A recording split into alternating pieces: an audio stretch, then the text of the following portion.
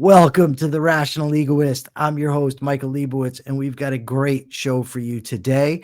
We have on Robert Begley, who is a seasoned speaker, certified world-class speaking coach. He is also the founder of Speaking with Purpose, LLC, and he's the author of a great book called Voices of Reason, Lessons for Liberty's Leaders. I read it, loved it. Robert, thank you for coming on the show today. Thank you so much, Michael, for having me. I really enjoy your program. And more importantly, I enjoy your journey. You are one of a kind. Few people have done what you've done. And I told you this offline. There's a story there that people need to hear. And I don't know if this is the exact podcast for it, but I think your story needs to be heard by a lot of people in a lot of different professions. Well, if you know anyone that wants to hear a speech, I'm more than happy to give it. Okay. Definitely more than happy to give it. So you have an objectivist background. We share mutual friends, Jim Valiant, Andy Bernstein. But you focus on something that not many objectivists do, and that's communication, right? Yeah. What sparked your interest in communicating ideas? Well, a couple of things. First of all, when I was a teenager, when I was like 9, 10 years old, I heard Patrick Henry's story, his speech, and it just gripped me. And then Abraham Lincoln's. And I always felt like, man, I want to be able to do that, have that kind of impact. And then shortly thereafter, I'm singing in a rock band. And in between songs, that's when the singer kind of schmoozes with the crowd. I could not open my mouth. I was scared to death. So I had this fear of public speaking. How do I overcome this? Well, throughout time, I get full-time work for Merrill Lynch. They keep pushing me up, and I need more honed skills in order to command the room. And so I did Dale Carnegie, I did Toastmasters, and I always notice, especially sadly in the objectivist movement, most speakers, 95% of speakers, when you go to conferences, they're writers who speak. But I'm a speaker who also writes. And there's a difference from the audience's perspective.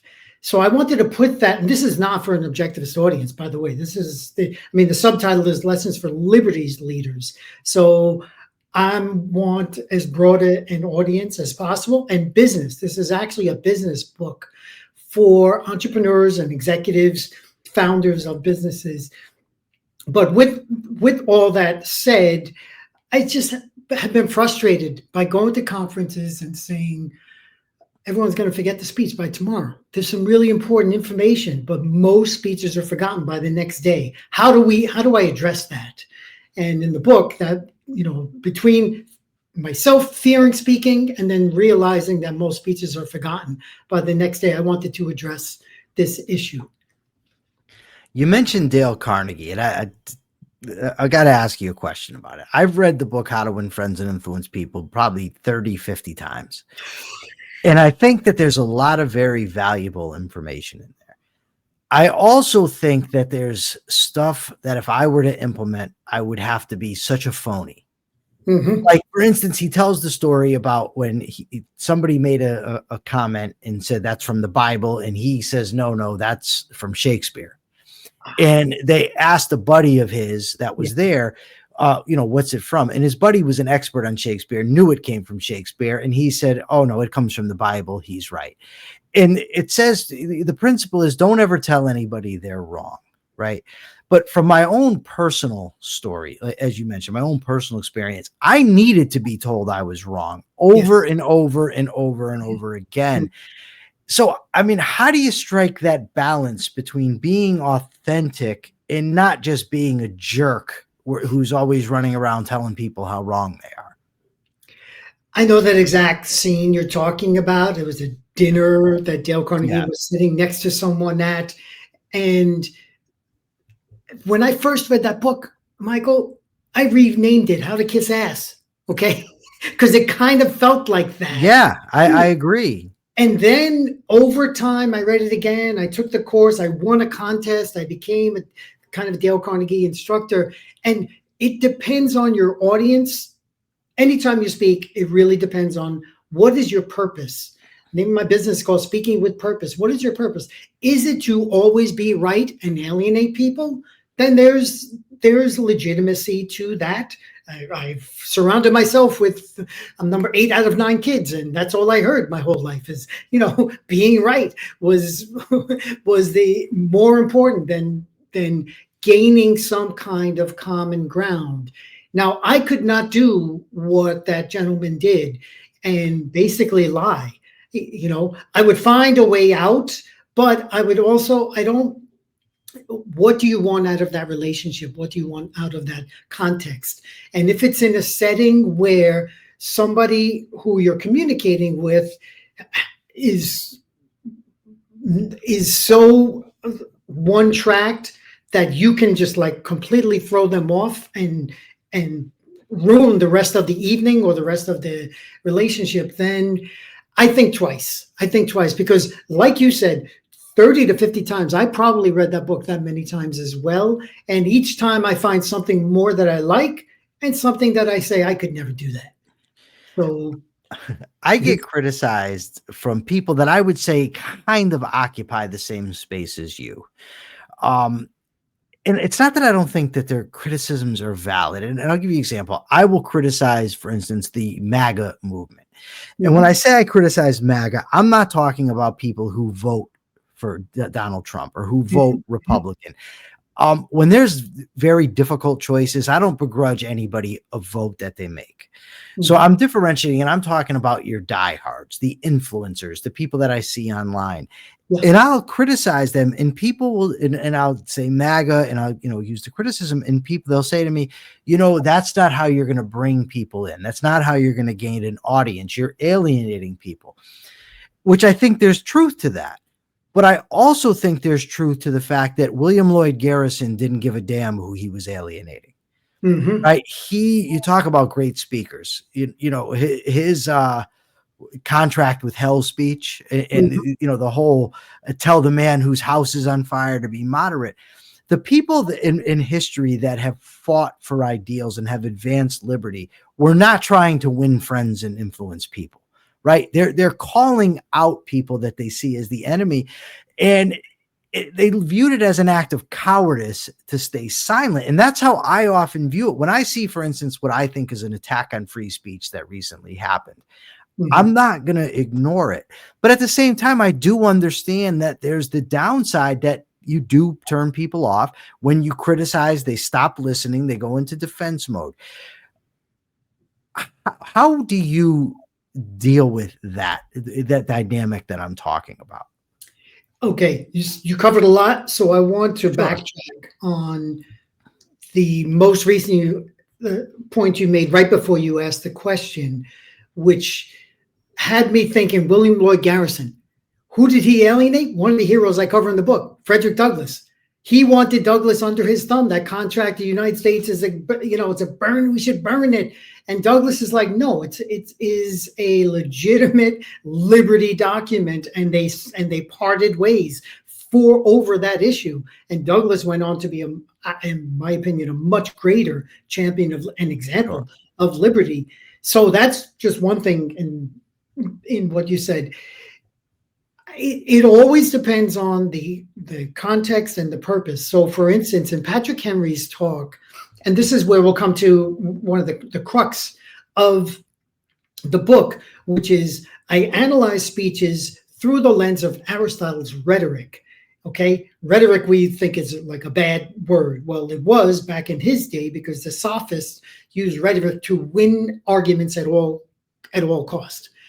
And Aristotle said, no, we need to do this, look at this rationally, scientifically. And there's 3 aspects.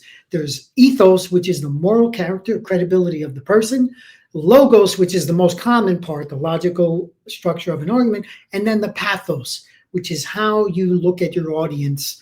And this is what we're talking about right now. So Patrick Henry's talk, his first words are, he talks about the gentleman, he praises them for having their opinion. Okay, he doesn't slam them right from the get-go because he knows as a totally experienced, amazing, greatest speaker of his era. I would say, of the entire 1700s. And little by little, he builds this case.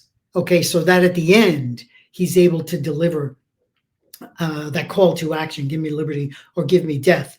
So being aware of your purpose and your audience, and what Aristotle says in his pathos element, again, just sticking with that, he says people come to you with preconceived emotions. This is in conversation, but more importantly, if you're in front of a group, not even necessarily on a big stage, presenting in a boardroom or something, they all come with some kind of, whether it's biases or something's on their mind. And you need to recognize that as a speaker, and then aim to bring them towards your position. So you can do it, the bull, you can just charge ahead like a bull. There is that option. Or try to gauge where they are and then find where there's some kind of common ground and then some way to move them at least slightly. You're not going to convert somebody over the course of a conversation, but you could say, well, there's a slightly different way of looking at this. And that's what my case is by. Did that answer your question? Sure. Frederick Douglass is one of my favorite historical figures. In his autobiography, Narrative of the Life of Frederick Douglass, he tells the story about when he stopped allowing his slave master to put his hands on him. Yes. And before he tells the story, he says, up until now, I told you how a man became a slave. Now I'm going to tell you how a slave became a man. Yeah. And to me, that captures the logic is impenetrable. Mm-hmm. Right. Mm-hmm. I'm a human being. This guy keeps hitting me.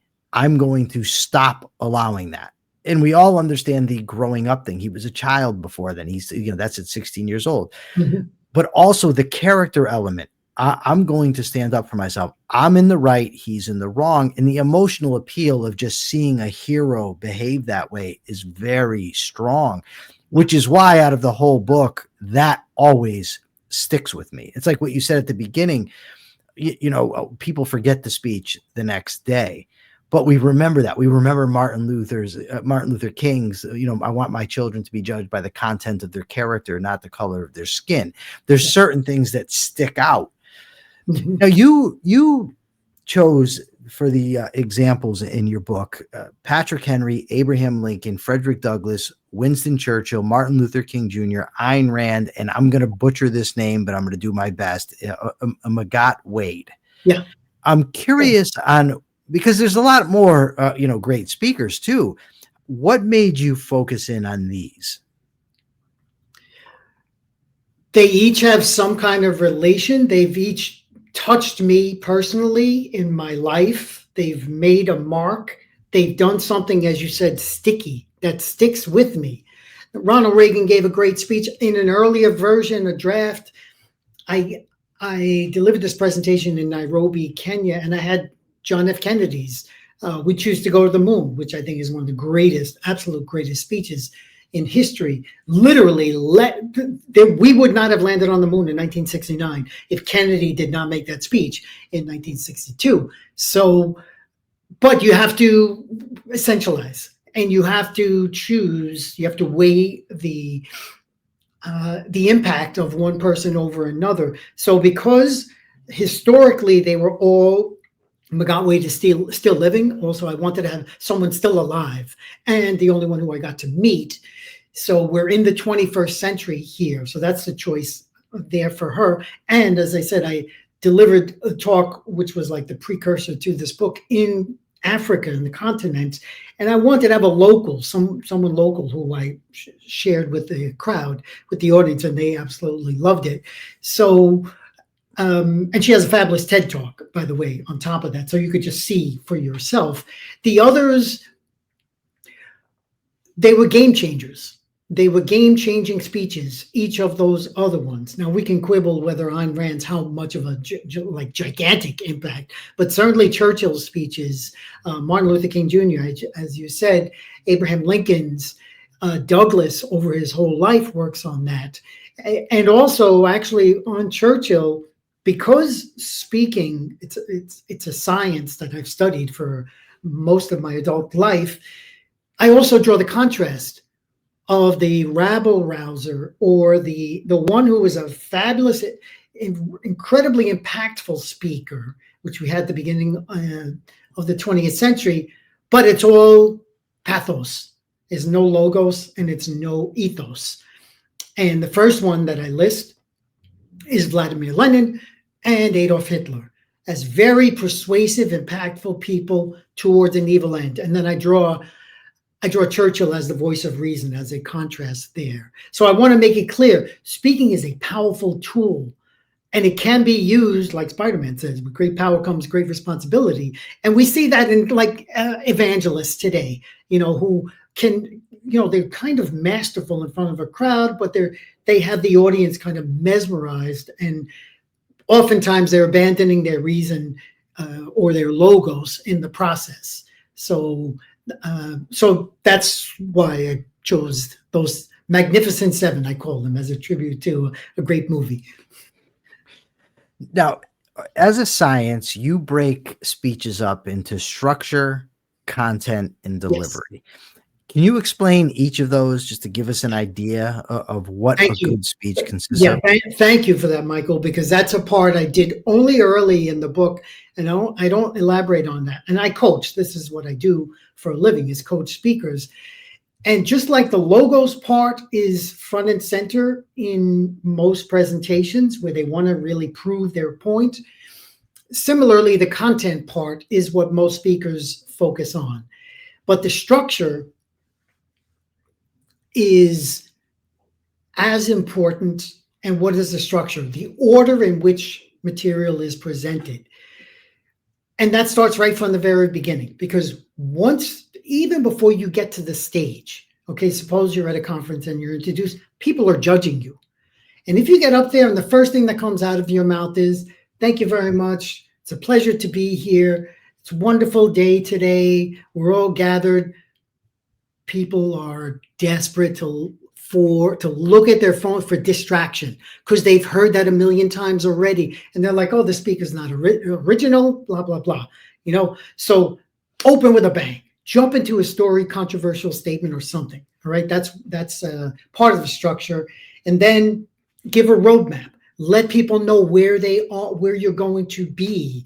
Do you have 50 points that you're going to, violate the Crow epistemology, to use an objectivist term? Or I tend to do rule of three. In the next 30 minutes, you're going to get 3 points, boom, boom, boom. Okay, so that's a structure. And then also close with a bang. And here's something, I'm going to put you on the spot. Never end a presentation with a Q&A. Now, I just made a claim. Why do you think that I would make that statement? Do you agree? And why do you think that is plausible? I've never thought about it before, but right now, as you say it to me, I'm thinking that you have in psychology, they have the I forget what they're called, but the rule of primacy and the rule the recency effect and the primacy effect. Yeah. So people remember what the last thing that they hear. So if you want to give a speech that's dynamic and you want that to have influence, but then you're going to close with a Q&A, they're going to remember the Q&A, especially if there's some dude in the audience or some girl in the audience and she asks me a question that's controversial, right? And now I end up arguing with her. That is going to eviscerate everything else I've talked about, and they're going to focus on that because it's the latest and it's the most controversial. So off the top of my head, I would think that's why you don't want to end in a Q&A. You're amazing, because you weren't even ready for that, right? And I just put it in front of you. So here's the way I'll add to that. I'll add a couple of more points to that. You should always have whatever speech you're giving should have one message, and it should go without. And that should be the last thing people hear, is your main message, especially like with a call to action. So not only can during the Q&A, and here's the way that I do it in the structure. So you have your opening with a bang, you have your roadmap, you have your main points, brief summary of the main points. Then you say, these are the words I coach. Now I'll take couple of minutes for some short, specific questions before my closing thought. Okay, my closing comment. So already you're saying you're not going to give a keynote now that I finished my keynote, because that's what people want to do once they have a microphone, brag how smart they are. So you say short, specific questions, and before my closing thought, that tells people, because mentally they check out. Once the Q&A is happening, can I get the next train? What's going on? Mentally, half the audience is checking out, and you want them to stick around. Okay. And my coach, one of my coaches, Patricia Fripp, to your point, she says last words linger. So you want it to be your last words, which is your main message. So that's just part of the structure there. So structure has a Q&A, tends to be brief, and then you could always say, and I'll have time afterwards for more, and give succinct answers, not long answers, because the longer you talk when you're giving an answer, the easier it is for people's minds to wander. Okay, so that's the structure. We talked about content. Delivery. I love the pizza. I love the pizza analogy. Okay, suppose you're hungry, you want pizza. Old-fashioned days when you actually have cash in your hands, all right? Delivery boy's coming, you could smell the cheese, and he's one step in front of you, trips and falls, pizza lands on its face. You're going to eat that pizza? The content is the same, okay? But the delivery is poor. And there's nothing worse than a good content poorly delivered. What do I mean by poorly delivered? Standing at a lectern, gripping the lectern with both hands so you could see it shake, you could see your knuckles, never leaving the one spot, or just staring at the PowerPoint like this, so there's no central point for people to focus. Is he reading his speech with the PowerPoint? Why doesn't he just give it to us?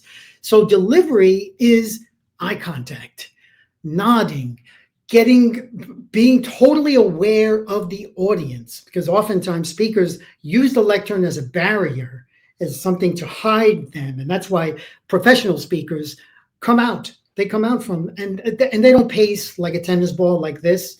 They'll send here, point 1 here, point 2 here, point 3 there.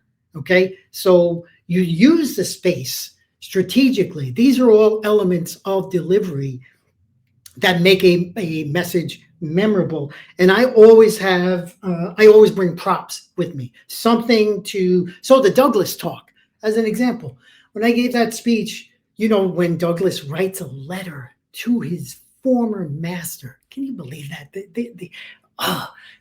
And I've seen people give presentations on that, and they have the whole thing on a PowerPoint, this long quote. And I'm like, no. And I did this one time. I've done it many times. I open up an envelope, and I have this old parchment, and I read it as if it's like the original letter that Douglas wrote, and just people in the audience get goosebumps. All right. So this is delivery, which again, I think I'm not going to say one is more important than another, because you do want to remember the content of the speech, but poorly delivered, you'll forget it. And so that's why structure, content, delivery, I integrate all three when I present and when I coach. Now, I don't know about most, many people have a fear of public speaking. One of the ways that I overcame public speaking was I was an inmate facilitator of the Alternative to Violence project in prison. And that entailed having to get up and run exercises in front of groups of prisoners, 20, 25 guys. And I just, from practice, I got used to it. And I also use things like, if I made a mistake, for one thing, what I learned early on is they don't know how the exercise is supposed to go. So even if you forget something, to them, it's just the right way. But even if it's an obvious mistake, you just admit it and move on. You don't have to get bogged down in it. But I do know that people fear public speaking. A lot of people fear it. And you address some of those fears in the book and how to overcome them. Can you just share a couple common fears, and what are some, to use a cliche, what are some hacks to overcome them? Mm-hmm. Well, you answered two just in your preparation of the question. Number one is practice. Practice a lot. And you want to become a good speaker? Speak especially speak in front of people who don't know you, because you'll see how far your views are from theirs, and then how you need to work to make them understand what you're saying. If you think it's worth it, if you want to pull them closer to your position. And then number two is, Ed, if you make a mistake, it's not the end of the world. You know your content, you know what you forgot, but it's not the end of the world. We often say there's three speeches: the one you prepare for, the one you actually give, and then the one you wish you gave, afterwards. And I record everything and I watch everything, because I'm professional and I want to have that peak performance. I'm looking for that high standard. But for instance, so overcoming fear, there are several different types of fears that people hear. Being heckled, I cover in the book. I talk about Ayn Rand when she was speaking at Union Square, the speaker's corner, in favor of Wendell Willkie. And someone says, "What do you know about America? You're a foreigner." And what does she say? She didn't shrink. No, she said, "I'm an American by choice. What have you done besides being born?" She put him in his place, completely wasn't flustered at all, because she knew mentally, what her case was. And I think a big part of fear of public speaking is improper thinking. People don't know what everything is stream of consciousness, and they're afraid of what's going to come out of their mouth. It's really fear of public embarrassment is the broader fear. And if they don't know how to think, then they won't know really how to speak well. And so learn how to think. That's kind of that's a step. Mastery of your subject will always help you in that sense as well. And the last thing that I'll mention for now is make it about them. One of my favorite speakers, Les Brown, he says it's more important what they need to hear than what you want to say. Okay? Let me explain that, because that might not be, especially this show is called The Rational Egoist. All right? Let's play into the egoism, not of the speaker, but of the audience. Audiences don't go there to see a famous speaker. They go there to see what they can gain from that speaker. So Zig Ziglar, one of the greatest speakers in history, says the most famous radio station, WIFFM, what's in it for me? So while the speaker's up there talking, all the audience is thinking is, so what? Who cares? What's in it for me? Okay? Now, speakers need to be aware of this. And the more they think of their audience, the less pressure is on themselves. Oh, I'm going to screw this up. I forgot this point, this and that. I'm nervous, blah, blah, blah. No, it's like, this audience really needs to hear this message. They are primed. They are ready to hear this story by this great hero, how they overcame adversity, so that they can also have the courage to speak out. Okay? So that's kind of one, there's fear of speaking, fear of being heckled, and nowadays it's fear of speaking out. For retribution and for punishment. 3 years ago, everything was cancel culture. If you spoke out, you were canceled. Now, if you speak out and you say, "Prove me wrong," you get shot. It's like, so that's a legitimate fear. 2 of the 7 speakers that I cover, MLK and Lincoln, were killed for speaking out, for their actions. Charlie Kirk now was killed. So this is serious ground that we are in. But Aristotle's most important virtue is courage, and this is where we need to speak out and be remembered. Okay, not just say platitudes, not go over the audience's head in 3 seconds, but try to relate to them. And again, bring them from where they are when they walked in to where you'd like them to be by the time they leave. All right. So now, we're probably 2/3 of the way through this interview. I know you've watched some of my other interviews. I don't know if you see me on social media. I want you to critique me. This is what's in it for me. This is my free coaching session. But I don't want you to give me any Dale Carnegie stuff. Just give me unvarnished truth. What can I do to improve as a host? Okay, one thing I think you're very good at interviewing. I want to hear your story. And what I liked was when Andy Bernstein interviewed you, because he made you tell your story. So every interview you do, I still want to hear about Michael, because that's another thing. Oftentimes speakers give a written, we call it spoken articles. They're basically a speech, and you don't know that could have been given by anyone. There's nothing personal that you learn about the actual speaker, the moral character, the ethos. You're not really sure what that is. So in Michael's case, there's two things that I think everyone can improve in. So you're above average. Okay, just starting, you're above average. Use dialogue. Dialogue brings stories. I want to hear more stories, because stories stick. I often say facts and figures get forgotten, but stories stick in the human brain. So I'd like to hear more stories, and the way stories are told, the dialogue.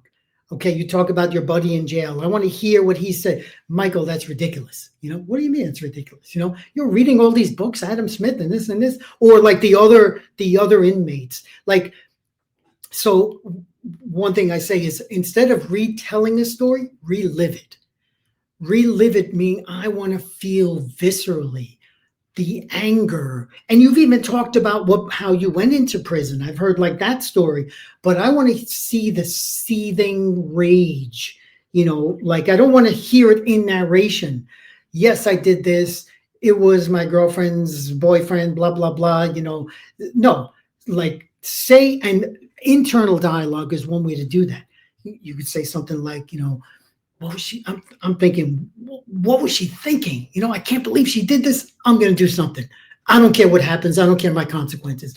Or conversate. Your parents gave you chock full of data that you can use in dialogue. Okay, so storytelling with dialogue, reliving, that is one of your main strengths, because you're chock full of stories. And I think that's one area where, again, if you're the host of a podcast, you don't go into that too often.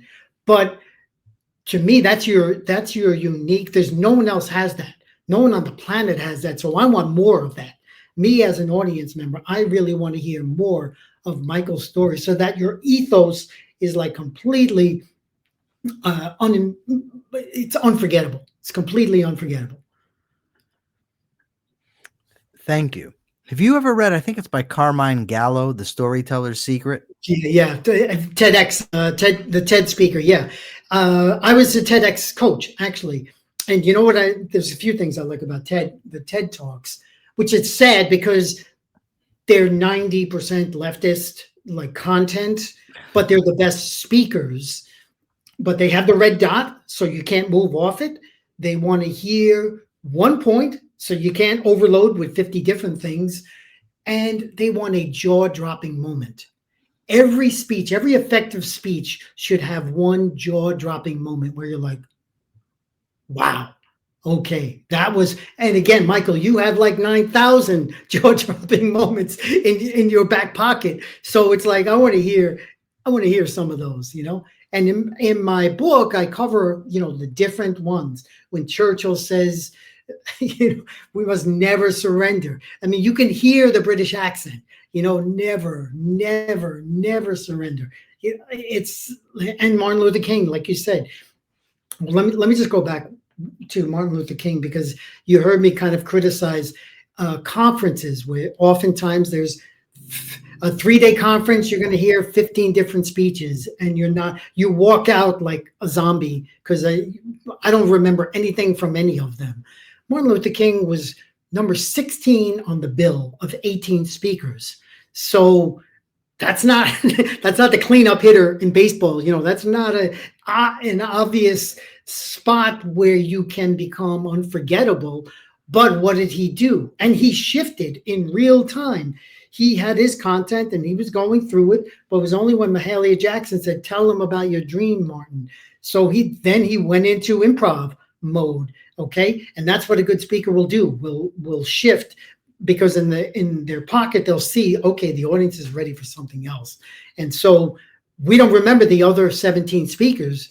We remember Martin Luther King Jr.'s speech as as you said, and that's the title of my chapter, content of character, much more important than color of skin. You mentioned that the TEDx talks are highly left, and I actually looked into doing one. I didn't do an incredible amount of research, but I did look a little bit in to the local ones, and I noticed that. And recently, I saw somebody that I was in prison with, and he's, in my view, a very unimpressive guy, but he's giving a speech, and it often occurs to me because I'll get uh, excoriated by people on my side because of my past. Like, not often it doesn't happen, but it does happen sometimes where people who identify as objectivist, libertarians, whatever, will go after me because of my past, which is their right. That's fine. But the flip side of that is, I could have, if I was a dishonest person, I could have got out of prison and made myself a tool of the left, and I would have skyrocketed, right? Because they embrace that kind of stuff. But they're not going to embrace me because of the things that I say are antithetical to them. And I have a harder time with the crowd that I'm actually do align with because of my past. And that's just, I mean, it's just an interesting thing. It's kind of off topic, but it sparked it in my head when you mentioned the left-wing nature of the TED Talks. So that is, I think, an obstacle, I think, to giving speeches and things of that nature. Yeah, very good point, which is why I think it's more important for you to reach out to that group, the one who's a little bit farther than you, because there's a lot of people who are mixed and they don't know. You are the perfect guy to give a TED Talk because of your story, of your unique story. And it doesn't have to be from an objectivist perspective. It can just be a man's journey who wanted to use his mind and who wanted to redeem himself, restore his life by choice. So, like, the value of choice is like a theme in yours, where you chose, not everyone else was choosing one path and you chose a different one, and you dealt with the obstacles of that. I think that would be frankly, I'm going to say offline, let's put together a TED Talk for you, 5 to 7 minutes or something, that you just have in your back pocket, and then we submit it someplace, because they're not exclusively left. They're dominated by the left, but not exclusively. And I think this could touch a nerve on people in different fields. And as far as being judged, because objectivists are so judgmental, for your past, what can you do? You're not that guy anymore. You already apologized to everyone within sight. I've read your story.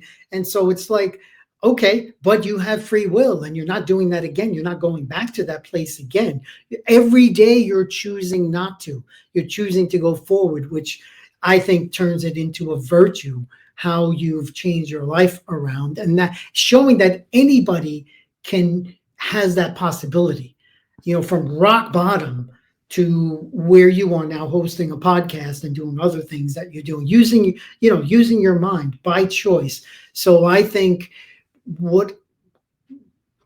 I don't think it's worth it worrying about what people think about you. I mean, independence is the cardinal virtue. Okay. So no, I'd go crazy. Like, people say to me that they couldn't take some people say just downright awful things. Whatever, you don't know me, you know what I mean? You see a person online, you have no clue what you're talking about. But it is an obstacle that is there. Now, by and large, people have accepted me. They recognize that you're talking about something that happened when I was barely out of my teens. It's 28 years ago now.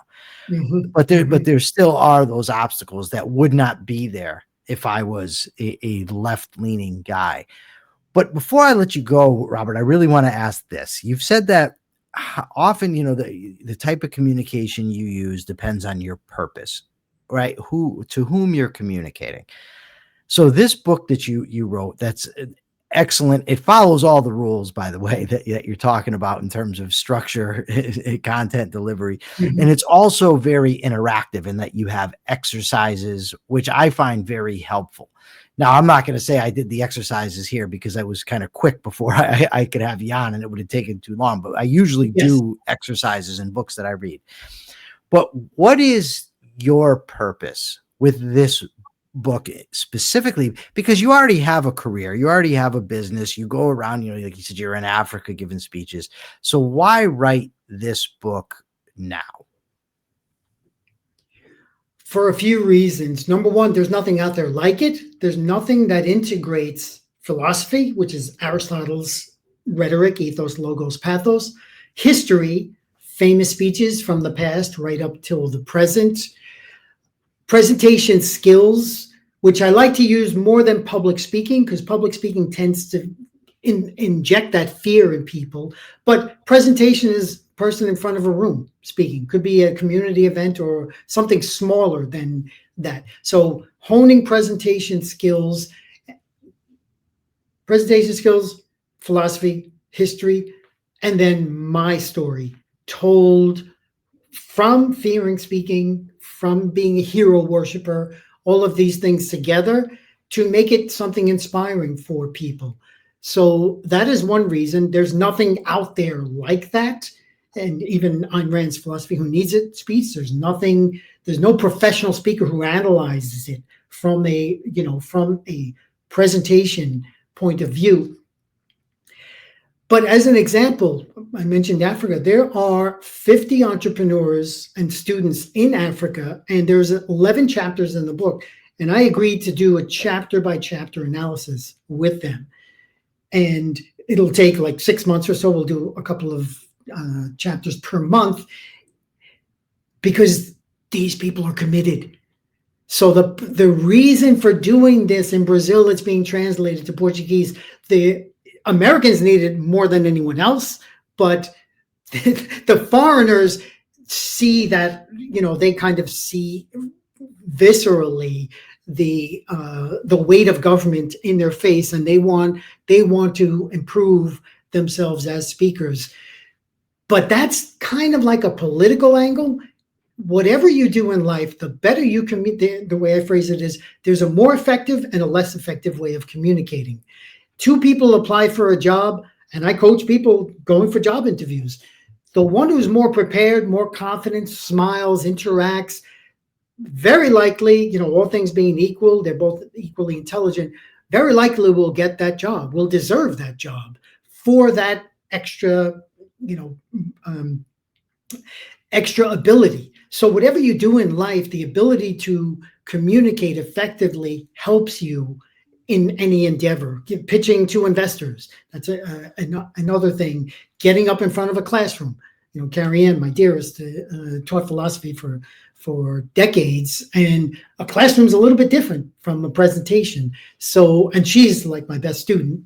It's weird because she's a philosophy teacher, but it's to anyone who really wants to improve themselves. So self-development on the kind of lowest level. If you want to improve yourself, okay. Have you seen the film The King's Speech, Michael? This will be my last. No, it's about George V, right? Or George Yes. VI. Yeah, Highly recommend it. Spoiler alert. He has a stutter. He stutters in the film. The whole movie, he gets a coach, a speech pathologist, not as much a public speaking coach. The entire movie, he's kind of hunched over. Only the last scene, when he nails the speech, he walks out like a king. Okay? So when you speak well, you literally stand taller. You have a confidence that exudes. Whereas when you're humble or shy or bumbling over your words, you shrink. You literally, I'm not a tall person, but on stage, I stand straight. I command the stage. And so I want everyone, whatever you're doing, to have a little bit more of that ability, depending on, your goals in life. So self-development overall and personal, just personal improvement as a speaker, I think can help anyone. Now, with this episode, I'm going to include a link to purchase your book. But other than that, where can people find you? My website is speakingwithpurpose.llc. Email's my name, robert@begley.com. And there's a lot of material up there. I'm always, doing videos.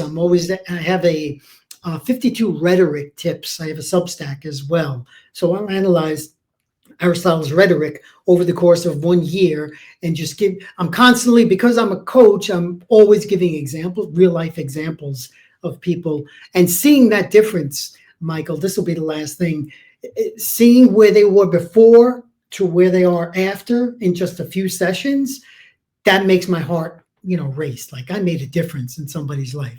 Let's see a big smile on your face. That's awesome. That is awesome. Robert, thank you so much. A great discussion.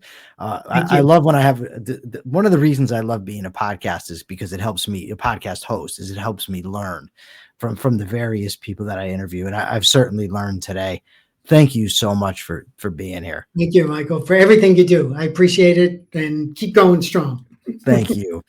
For now, this is the Rational Egoist signing out. I'm Michael Liebowitz. Till next time.